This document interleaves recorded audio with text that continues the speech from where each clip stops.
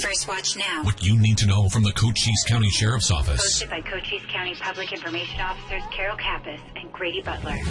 First Watch on 92.3 KWCD. And it's brought to you by Sulphur Springs Valley Electric Cooperative, giving you an inside look into your sheriff's office. I'm Grady Butler, and with me is Carol Kappas, Public Information Officer with the Sheriff's Office, and Sheriff Mark Daniels. Good morning. Good morning, Cochise County. Oh, Sheriff, I couldn't hear you. Maybe click on the mic up there on the front. There we go. Hello, everyone. There he is. There's the sheriff. You're not the first to shut my mic off. That's right. Well, let's start off with something that we forgot to talk about last week. You did an event with Jackie Clay. Yeah, Brian McIntyre, our county attorney, and I did it was like 35 different breakout sessions, but we did a class on how to protect our juveniles from border crimes. And it was well attended. It was at Cochise College. Thanks to JD and the guys over there at Cochise staff over there for setting that up. But Jackie Clay had a program called Innovation and Education, the annual conference that she puts on. So Brian and I got the opportunity to go over there and talk to the educators, and then we had lunch with them afterwards. It was just a good event. Jackie Clay and your team, Cynthia and all of them, great job, great event. There was over 200 educators at that event, so that's well attended. Compared to where she's grown that over the last few years, she's done really well. And so one of the other things you were doing to honor one of our own was the Elks Club had their Officer of the Year event, and you were there with Deputy Brennan. So, Deputy Dan, congratulations. Yeah, very much so. And a shout out to the Service to Elks Lodge, number 2065, for putting this on. And this is the annual firefighter or law enforcement officer of the year recognition. So everybody gets to submit or opportunity to submit their nominee, and we were fortunate, we were blessed because the competition was hard, and I always go in there before with the other officers that are competing, the troopers, and just talk a little smack before we start the event, but there was some well-qualified, deserved. They all were well-deserved on this. But long story short is Deputy Dan Brennan was the overall recipient for the Law Enforcement Officer of the Year. He goes to the state contest. But congratulations to Dan Brennan. He came out of, a little history, Dan came out of Bisbee PD. He's been with us several years. He works our interdiction team for smuggling, and he's just a go-getting, just a super nice guy, welcoming guy. And so congratulations on that award. It's well-deserved. All of them are well-deserved, but we'll take the award to the Sheriff's Office. And then also coming up in the near future, we have something called Top Cop. So tell us how that's going to come forward. Top Cop, and Carol, you coordinate that program. This is our 12th year, I believe it is, correct? Or 11th? 11th. 11th year? Yes. And the reason I say that, I go by the numbers I've been in office. So it's 11th year. We've done Top Cop, and what we do is we host nominees, so from state, local, and federal, all law enforcement, to put their recipient into a pile, or do we be considered for Top Cop? It's a Top Cop in Cochise County. I don't think the Sheriff's Office ever won it. Have we? We did. Did we actually did, yes. Like in the early days. Did we win it one of them? Okay, we did. It's good to feel. I was going to say, yeah, because every year I was like, nope. So, and then we recognized the Top Cop, and I think last year was a federal agent. Sierra Vista. Sierra Vista, that's right. It was yes. Sierra Vista, then the year before was federal agent, and then a trooper. Mm-hmm. Trooper got it 3 years ago. So, again, it's just, and our cable group, our community outreach group actually reviews the recipients and then picks the winner. We don't know. Carol, you know, but nobody else knows until we announce it that day. But we recognize every nominee, and then we pick the Top Cop. And our partnership with Cochise College is doing it over there, and it's just a cool bit. We do that in May around Law Enforcement Week and Memorial Week. So again, that's coming up here soon. And one of the other things we're working closely with Cochise College on is the Academy. So it's in full swing. You're going to start noticing that we're going to have more bling out there, if you will. So we have reels now. Grady's been playing with that. That's fun, and yeah. having people, just show that these people are really dedicated to get through this training academy. They are. There's 25. We've lost one since our last broadcast, and which is natural. Not everybody's fit to wear a badge. And I'm not saying that a good way or bad way, but down 25. They're at Sierra Vista, and I was talking over there the other day for a meeting I was at, and they said the staff was telling me that because they're out there doing PT and they're yelling, they're running around and getting that discipline intact. And a lot of the teachers and students are like, "What's going on over there? Is there a problem?" No, it's our police academy. So again, they just moved it to the Sierra Vista campus, and if you see the construction out front, that is a new indoor shooting range. That's going to be part of the academy. And if you look in the back, they're building dorms which is going to be in the back. So, and I believe they're going to build a gymnasium too. So a lot going on at Cochise College Service. I love the partnership we have with Cochise College. Like I said a few minutes ago, they've been super. We're continuing doing some projects together. I'm looking forward as we push into 2024. But yeah, the Academy's full swing. So you're over there and you see them running around. That's what's going on. You also talked to the Rotary Club this week. I did. I got the opportunity. Again, Cochise College, they did it at the Student Union, was over there and got a chance to talk to the Noon Rotary Club. And it was well attended, and I spoke on the state of the county when it comes to what's the sheriff's office doing, what we're doing here in the county, and all the good things we're doing. We're doing a lot of great things. People, I know they read things and stuff like that, and I won't speak on that, but I will speak on, Jackie Clay's office, superintendent, doing a lot of great things. Sheriff's office, we're doing so many good things. And this goes back to our staff. Brian McIntyre's office, Kathy Troywick, Rich Karwashka, our county administrator. We're all working so hard to keep the county going in the right direction. So it's so fun when we get the chance to do that and talk about our successes. And tomorrow you've got a busy day. So you're going to kick it off with the VFW? I do. To them? 8 o'clock tomorrow morning, I'm going to be speaking to the VFW, the military group, giving them an annual update that I do every year with them. So I'm looking forward to that. And that's always such a proud group to speak to. These people have served in our military. A lot of them been in some kind of combat situation.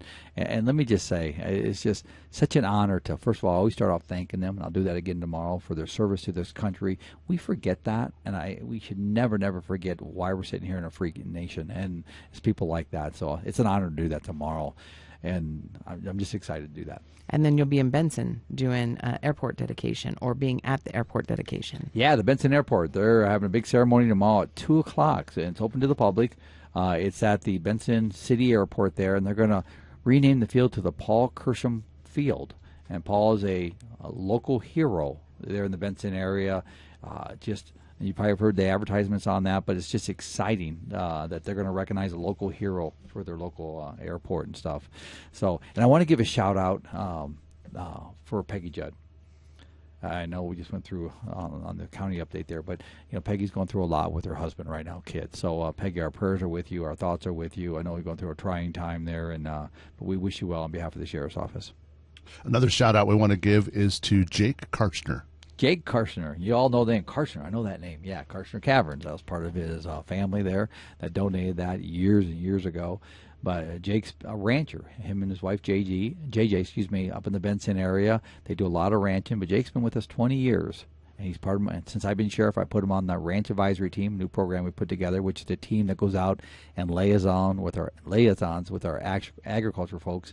And he's done a really, really good job. He's got the temperature for it, he's got the character for it, and he's got the experience for it. And so the last 12 years, he's been out there doing that and building that partnership for me within our rural areas. And but Jake has decided to retire. He's decided to retire and take on another chapter of his life, and he talked to me last month. I tried to talk him out of it, didn't do any good. But he's ready to move on. So, Jake, I just want to say thank you for your service. 2 decades of your life has been spent here. And he said it's kind of surreal, which it always is when you leave a career after spending your whole life there, now moving on to a new chapter. And but what he leaves here is a legacy. He leaves here are friendships, many, many friendships. And so I wish him well, and I wish his wife well as they move forward.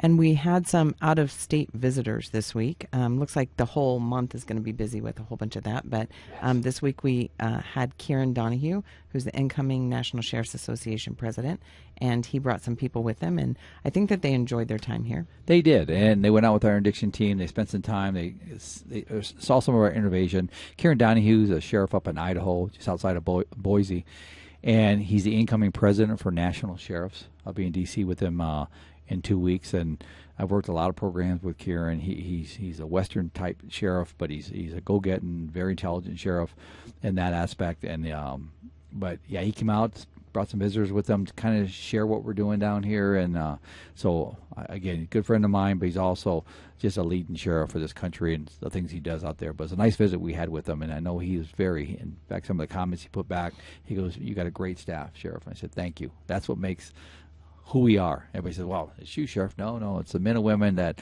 serve this mission every day. I get to get on a microphone every Friday and kind of sell it all and market it all and be the commercial for it. But it's them that do it, just like you and Grady, Carol. So thank you. Thank you.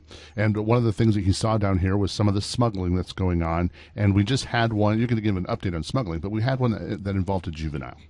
We did. Sadly, these juveniles. We had a juvenile. I think we've had so many. Let me just say, and it gets confusing. It gets on, and this happens every day. I come to work. I'm here, and ATL's put out, which is attempt to locate, put out on cars that just picked up. Cars that are fleeing from us. And the other night we had one where they pointed guns. I mean, it was a real bad situation, and they got them. They're all in custody, which is good. I mean, I see our deputies out there. I see our federal agents out there, our troopers, our police officers, all out there sharing that mission, doing the right thing. And whenever I see a juvenile, we talk about this all the time, Carol, we see juveniles out there that get themselves wrapped up in this international crime, the smuggling crime, the cartel crime that doesn't give a crap about anybody in this country. All it's about is dollar bills and force and power. But so it's sad because it changes their life forever. But we're seeing more and more juveniles coming in. Yeah, they definitely are. And then the one we were talking about is you have the juvenile drivers, U.S. citizens. I mean, you've talked about the statistics, and it's just a matter of greed. In the past 2 days, we've had people from Washington State. We've had people from the Northern California area. We've had people from New Mexico. So people are coming from all over. And the one that was actually arrested with he was transporting a 10-year-old girl and her mother. And so with that one, pretty quick or swift prosecution efforts by Brian McIntyre's office. So that person's already been sentenced. He's going to be going to prison. Right. He was picked up a couple weeks ago. We spiked him down in Hereford area. We spiked him at least twice, maybe 3 times. He fled from the deputies. We had information on him too. He was smuggling. But sadly, he had a 10-year-old stuffed in the back while he flees. And I spoke to his mom, and a lot of people don't understand. So he got this I think he's in his 20s, and he had a fugitive warrant out of California. I mean, but he came here, and then he got involved in this smuggling, took off the deputies. We spiked him, ran through neighborhoods. We got him. Long story short, he's already been sentenced within 2 weeks to go to prison. That's at early resolution court. That's keeping our jails at some kind of manageable control, if you want to call it, because we have so much of that. So he's already going to prison. But I talked to his mom yesterday. I've known her a long time. I just didn't realize he was her son until she told me. But the long story short is these family members are secondary victims that we sometimes forget. We truly forget that. And she's having a hard time with this. She's having a real hard time. And she respects law enforcement. She respects what we're doing. She doesn't condone his behavior. But that's still mom. That's still mom. I had a conversation this week with another mom about an issue of a 27-year-old that was stopped and investigated for a crime, and she was upset about that. I said, don't get upset with us. I mean, we're doing everything we can to keep safety in the county and keep quality of life intact. I said, but I get it. They're parents and they worry, and so I can respect that. But we got to enforce the law. And so when we're doing these types of projects, we have money from the state coming in, and it's being used in a variety of ways, but all of them are going towards the betterment of Cochise County and the safety of law enforcement and our citizens. They are. And Commander Watkins, I want to give him a big shout out. Commander Bradshaw and myself have been working a lot with the state, with our state reps. They're in session right now. They're looking at bills, they're looking at money allocation, working with the governor's office. We're going to continue to push these programs here because the state's a vital partner to Cochise County Sheriff's Office. So we have to make sure we sustain these costs. The programs don't come without a cost. They don't.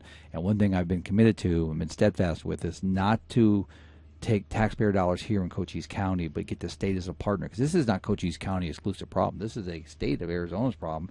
It's the federal government's problem. Unfortunately, they've chose to be absent from the table here. But in the meantime, the state and us have to work together. So I applaud everybody up there, Gail Griffin, Dave Gowan, Lupe Diaz, and the many, many Gresham people that have actually truly shared our mission and shared our challenges because they're helping us out a lot there.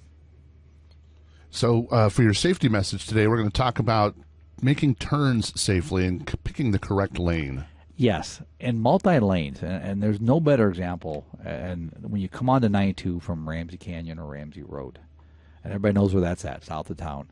When you have your turn signal on to go left, to go into town, for example, coming off Ramsey Canyon Road, which is coming off the canyon side of it, you can turn into the immediate lane. In fact, by law, you have to. And if a car's coming the other direction, turning right, you all funnel right into the northbound lane.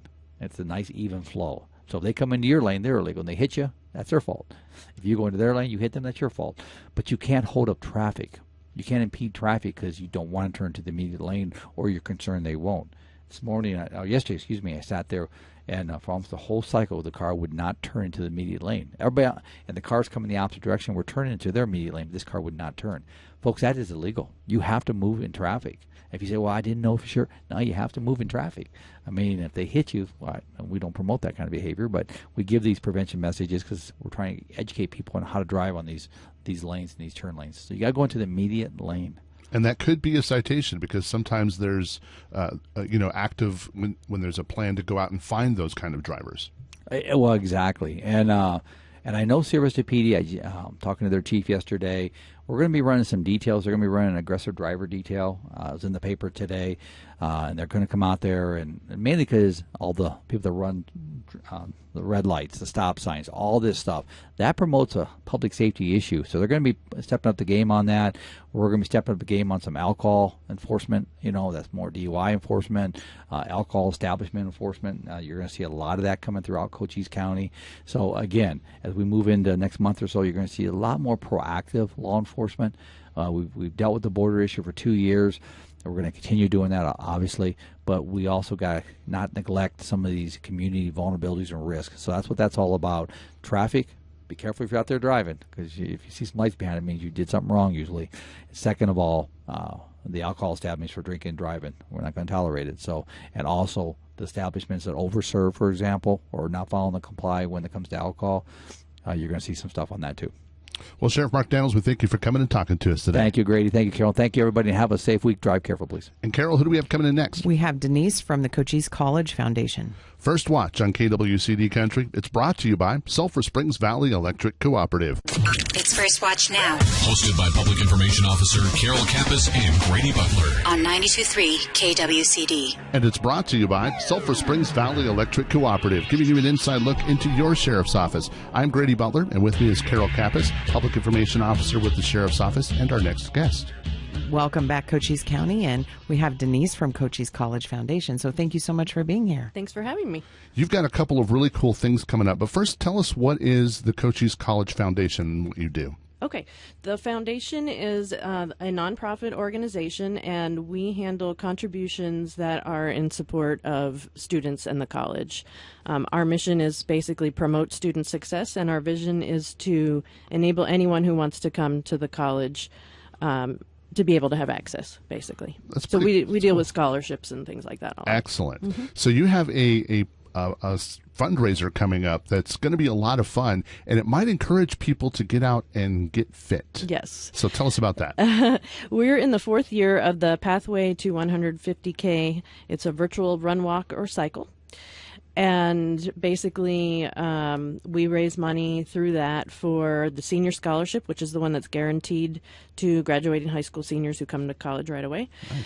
And the non-traditional student scholarship, which is for adults who've been away from college or from education for a year or more who want to come back.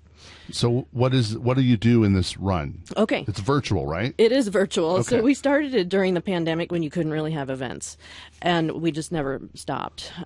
Basically, when you sign up, you track your distance that you are running or walking, or cycling. You choose one or the other during the entire month of March.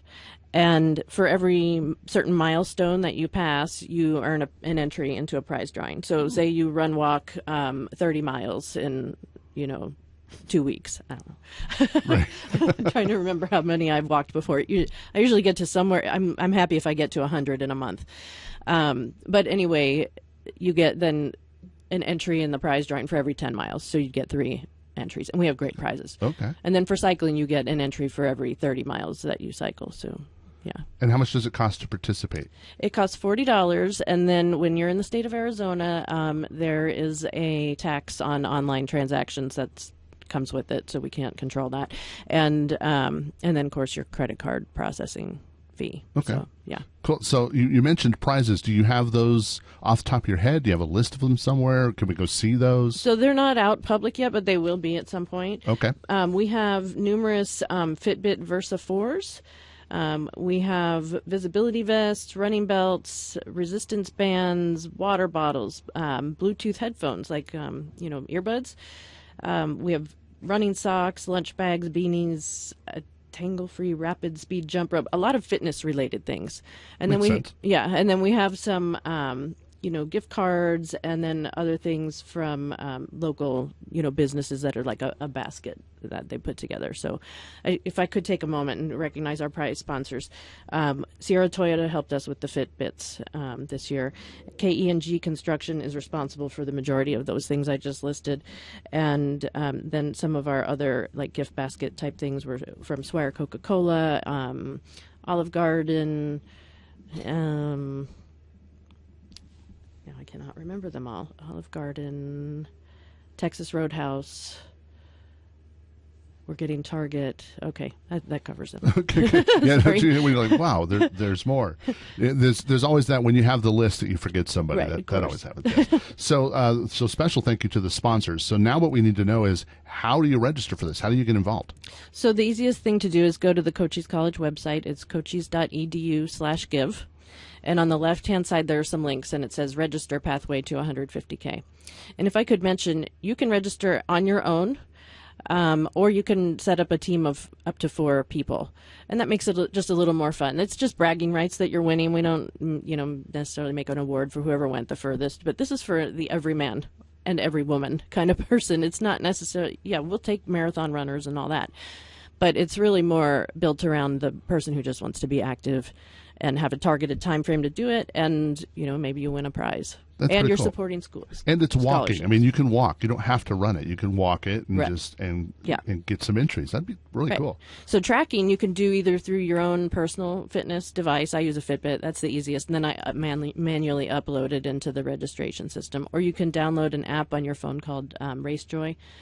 Only thing about that is you have to remember to turn it on and off every time you're exercising. Otherwise, you could get in the car and drive 20 miles, and it would say it would record for you that you went 20 miles. And that would not be a problem for me. Yeah. But we've had a few people do that, and they just call us like, "Oh, I'm so sorry. Can you help me fix it?" And we have the administrative, ability to do that. So Okay, so remind us where to go to register one more time. go to cochise.edu/give. and look for the link on the left that says Register Pathway to 150K. All right, so the pathway to 150K, do you have anything else you would like to mention about that before we move to the next thing? I do, because Okay. we actually have other sponsors. So the sponsors I named before were prize sponsors. Gotcha. Oh my God, I can't see. I'm getting old, Grady. She's got the See glasses anymore. on. She's ready to roll. Okay, so I'd just like to mention the platinum sponsors and thank them, and our others as well. Jacobs, Helios Education Foundation, and Bisbee 1000 are our platinum sponsors.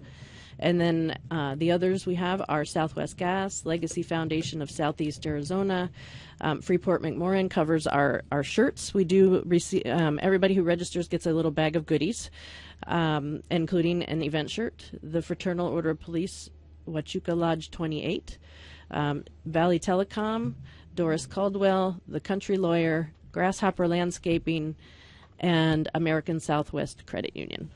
Awesome. So thank Well, you to all of you. Yes, this community is very giving, and a lot of the businesses that get behind these kinds of things, truly amazing. Thank you. Thank And you. Tell us a little bit about the Cochise College Hall of Fame.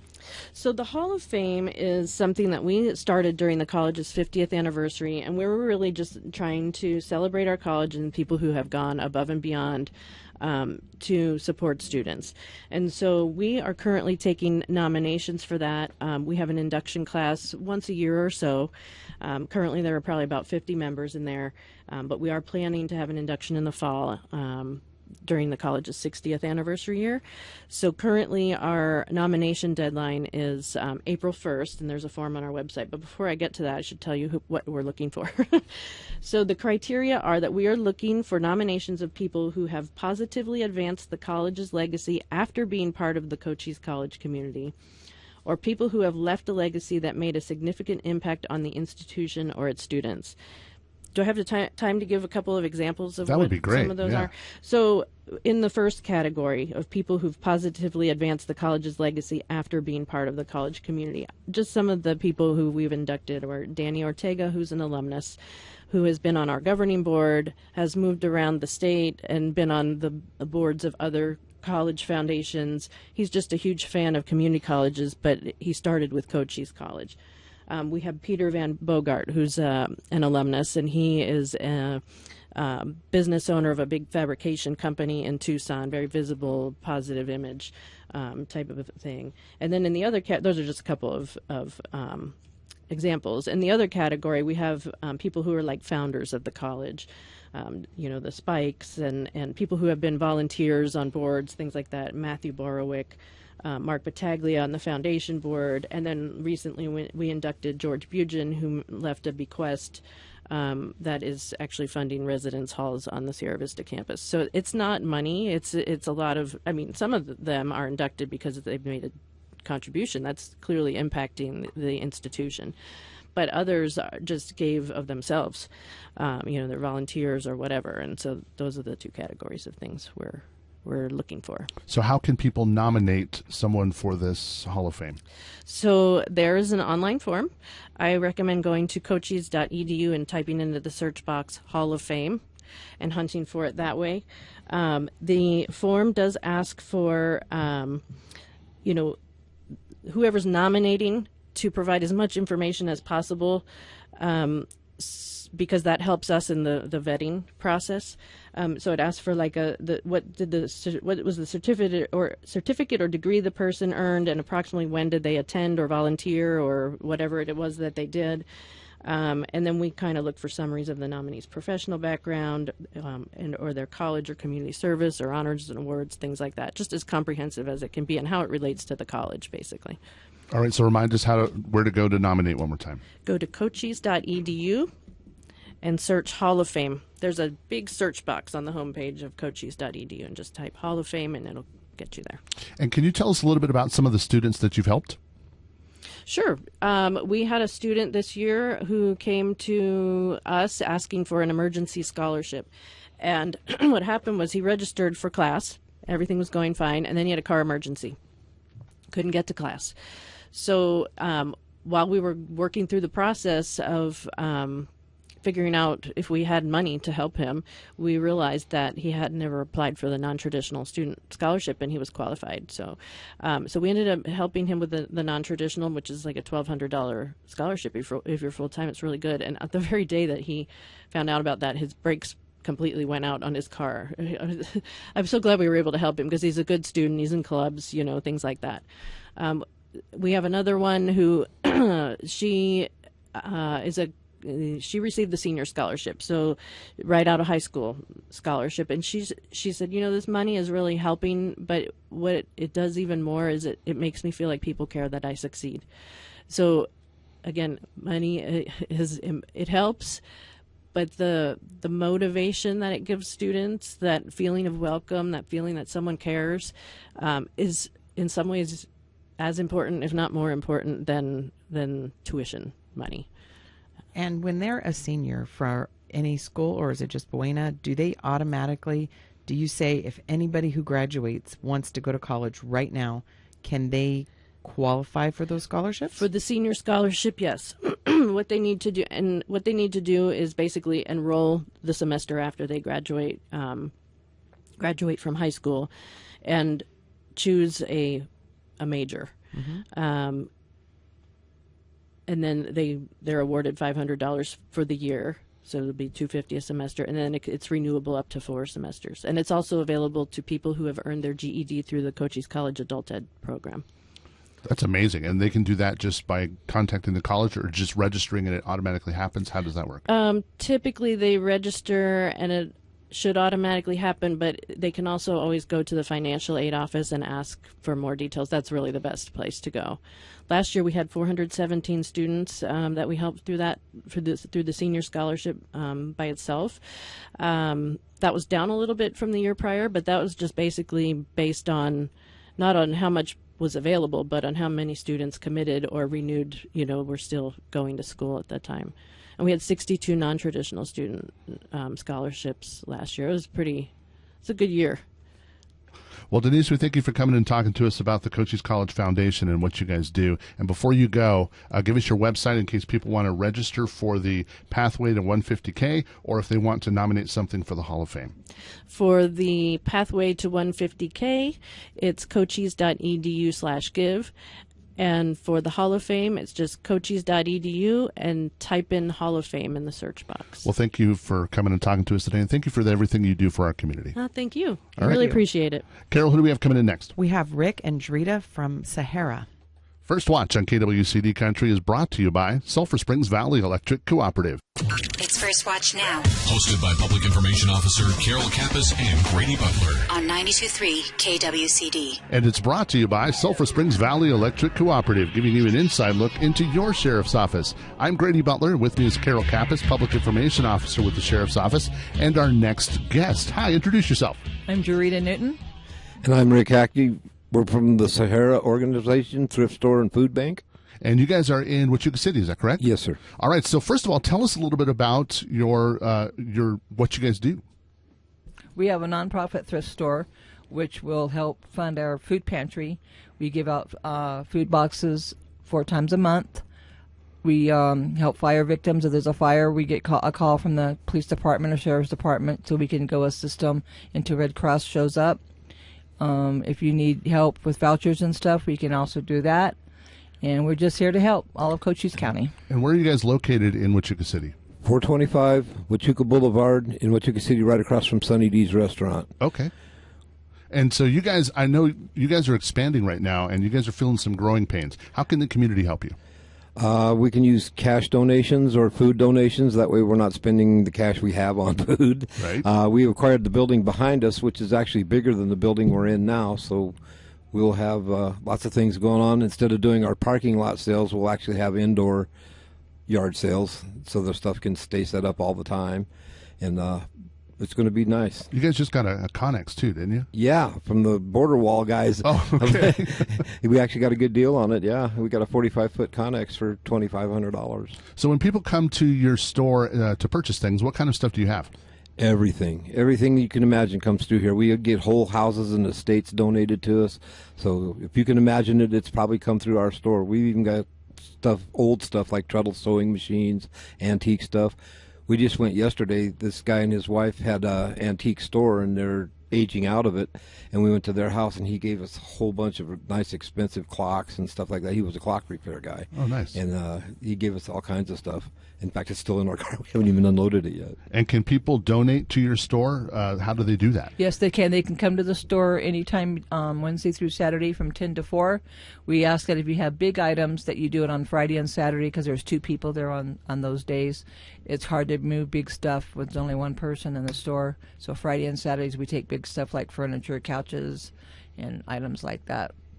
Tell me about your vouchers. What are those for? If you are in need of a voucher, you're down on your luck, and you need clothes or whatever, or you just moved to an apartment and you need dishes, we give you a voucher up to $50. You can use that, and we don't charge you for anything. You just come in and get what you need up to $50. And tell me about your food bank. What kind of food donations are you looking for? I wanted to interject something else. We also work with the Warrior Healing Center. Oh, nice. And when they place veterans, we give them the furniture and their first load of food and clothes and whatever they need. So we work closely with them. We're also a veteran-owned business. That's great. Yeah. Well, let's talk about those food donations now. We can use all kinds of food donations, anything perishable or non-perishable. We do have refrigerators. Most places don't do meat. We do when we can. We had a deal with a rancher out in the valley. We were buying fresh beef from them. So we can use any kinds of food we can get. Perishable stuff, we have plenty of room to stock that. Okay, so let's talk about whether it's a donation for your store, food, or cash. How do they get a hold of you to make these donations? Okay, our main phone number for the store is 520-987-0404. And after-hours emergency numbers, we can use my phone number, which is 520-331-3830, or hers is 331-2883.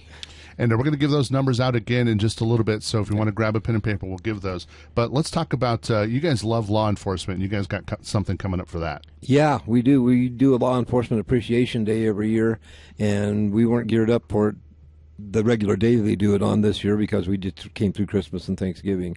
But we're going to be doing one here shortly for them. We work with these guys all the time. They bring people to us when they need to. We're glad to be a part of the community. We've been here since the 80s. That's great. And we really appreciate what you guys do for the community as well. So let's give out those phone numbers one more time if you need help or if you want to donate. Here's who you call. We also have a Facebook page. What is it? Sahara. Spell it for me. Sahara. Perfect. Go that find stands for Southern Arizona Humanitarian Aid Resource Alliance. Excellent. So it's a great way to keep in contact with what they're doing. And I'm sure all these phone numbers are going to be there, but go ahead and give us the phone numbers again. 520-331-3830 and 520-331-2883. Those are the after-hours numbers. The main store number is 520-987-0404. All right, so go shopping today and give us that address of where they need to go shopping. 425 North Huachuca Boulevard, directly across the street from Sunny D's Restaurant. And you guys, thank you for what you do in our community. It's needed, and we really appreciate it, and we want the community to step up and help you guys. We love being able to do it. It keeps us active. There you go. Well, thanks for coming in and talking to us today. First Watch on KWCD Country. It's brought to you by Sulphur Springs Valley Electric Cooperative.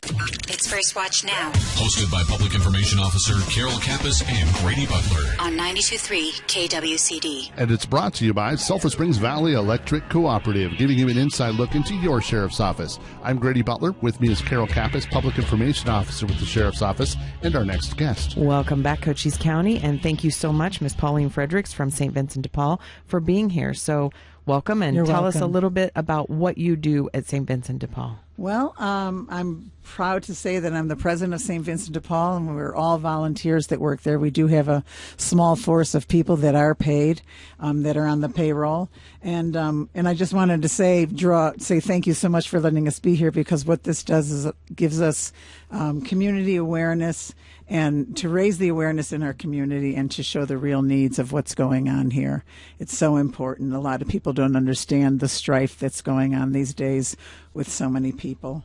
We, on average, we're open 5 days a week, from 12 to 4, and on average we see anywhere from 30 to 50 families a day.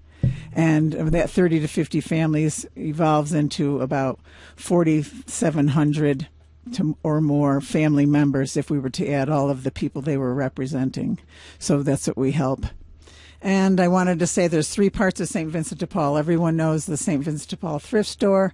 Everyone knows St. Vincent de Paul food bank, but then there's the secret sauce. The secret sauce is our main office, and everyone that goes to the food bank has to come through our office, because in the fact that if a person needs a food box, it means there's something else going on. If they don't have food in their home, something else is going on, and it gives us time to sit down and talk to them face to face and say, what's going on, how you doing? And a lot of times there's people who haven't spoken to somebody in days, so it's a relief. And you'd be surprised. Everything is 100% confidential. I tell people, if I saw your sister someplace, I'm not allowed to say, oh, I saw such and such here at our office. We are very, very strict with confidentiality. But in that time that they're there, we help people not only with the food, we help them if they are having a hard time with their rent or utilities, if they need an ID, they need help with a copay on medication. Depending on what the situation is, we're there and we discuss it and see what we can do or if we have to refer them.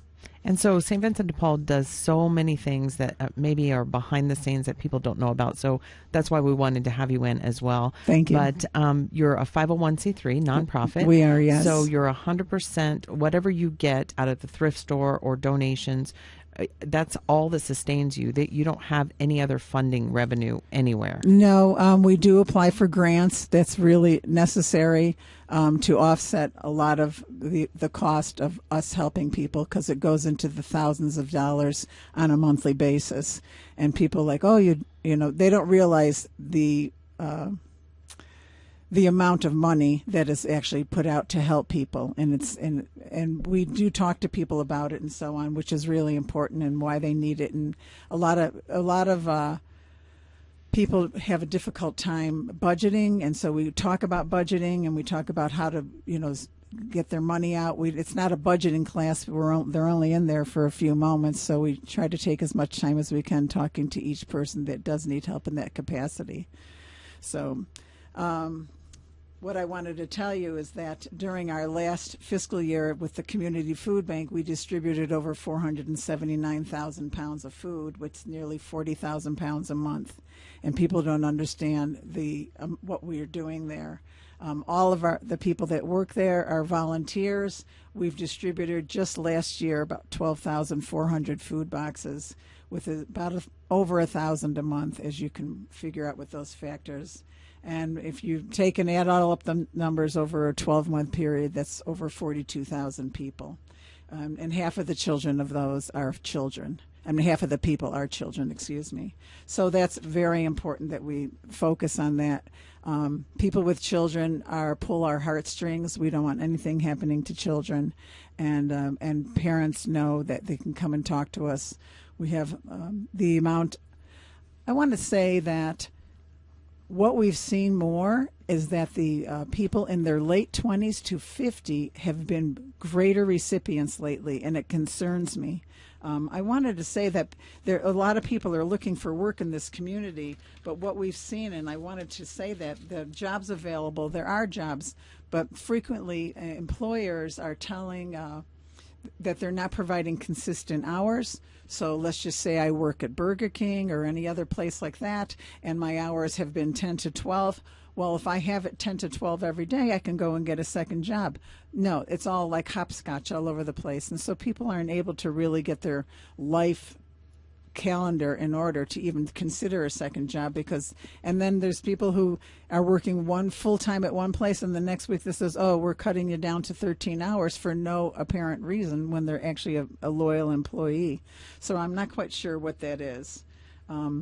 People don't realize that food stamps have been drastically cut, and if a person makes $5 over the amount of income for food stamps, that will drop them from, I'm just going to exaggerate here, from $200 a month to $25. And well, that throws a cog in every wheel of a household. So, and do you just service Sierra Vista specifically, or do you go outside of the city limits into maybe the county areas? Or the people that come to, I'm going to say this as quick as I can. There's 5 or 6 St. Vincent de Paul's within Cochise County. Every single St. Vincent de Paul is affiliated with a church. We're St. Vincent de Paul St. Andrew Conference. There's St. Vincent de Paul St. Patrick Conference in Bisbee. There's St. Vincent de Paul Sacred Heart in Tombstone. There's a St. Vincent de Paul in Wilcox and in Benson and in Safford. There's a St. Vincent de Paul down in Douglas, and we are all in one district. But if someone came in and they were in the Bisbee area, we would call the Bisbee conference, the main office, and we would kind of work it together. So people don't realize that they don't have to drive all the way to Sierra Vista to get what they need. Well, that's good information. And then you said you had vouchers, and you touched on some of those. So the vouchers that you have can help people live their daily lives. It could be food bank. And then if we have someone come in and, some people need clothing. So we give them clothing vouchers, and the clothing voucher, they can take that, or a furniture voucher. The clothing vouchers for families or individuals that need extra clothes, and they can go over to our store, and we have specific areas where they can pick out clothing to take, and we give it to them for free. And as far as a furniture voucher, we try to explain that we're not there to go ahead and completely furnish an apartment, but we're more than happy to provide you with a chair or a lamp or a side table, or depends, things for the kitchen, forks and spoons, dishes, pots and pans, and linens, and so on.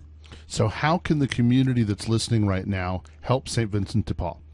Well, as I said, we survive 100% on donations, and and I didn't come prepared to give you my website, but please, you feel free to call our office at 520-458-0500, and we are located at 616 Bartow Drive, and so that they can come in physically or give us a call, and we can route them to the right direction. So a monetary donation is always welcome, but can they donate to the thrift store? Can they volunteer? Are those also some opportunities? The thrift store and the food bank do take volunteers. We also use volunteers, but people really need to speak to me in order to volunteer as a Vincentian. It's a process that we provide as training, and it took a few weeks to do that. More than a few weeks. But the other one, the store and the food bank also take volunteers to help distribute the food. The store also needs people to sort through the clothing or the items that we get coming in on a daily basis as contributions. All right, well, give us the location and phone number where we can contact you one more time. Okay, St. Vincent de Paul is located at 616 Bartow Drive. The number is 520-458-0500. And as you know, our store is located at 220 Meyer Drive. Well, we appreciate everything you do in our community, and thank you for coming and talking to us Well, this today. really helped raise awareness, Grady. Thank you so much, Carol. Thank you. All righty. First Watch on KWCD Country. It's brought to you by Sulphur Springs Valley Electric Cooperative. You've been listening to First Watch with the Cochise County Sheriff's Office.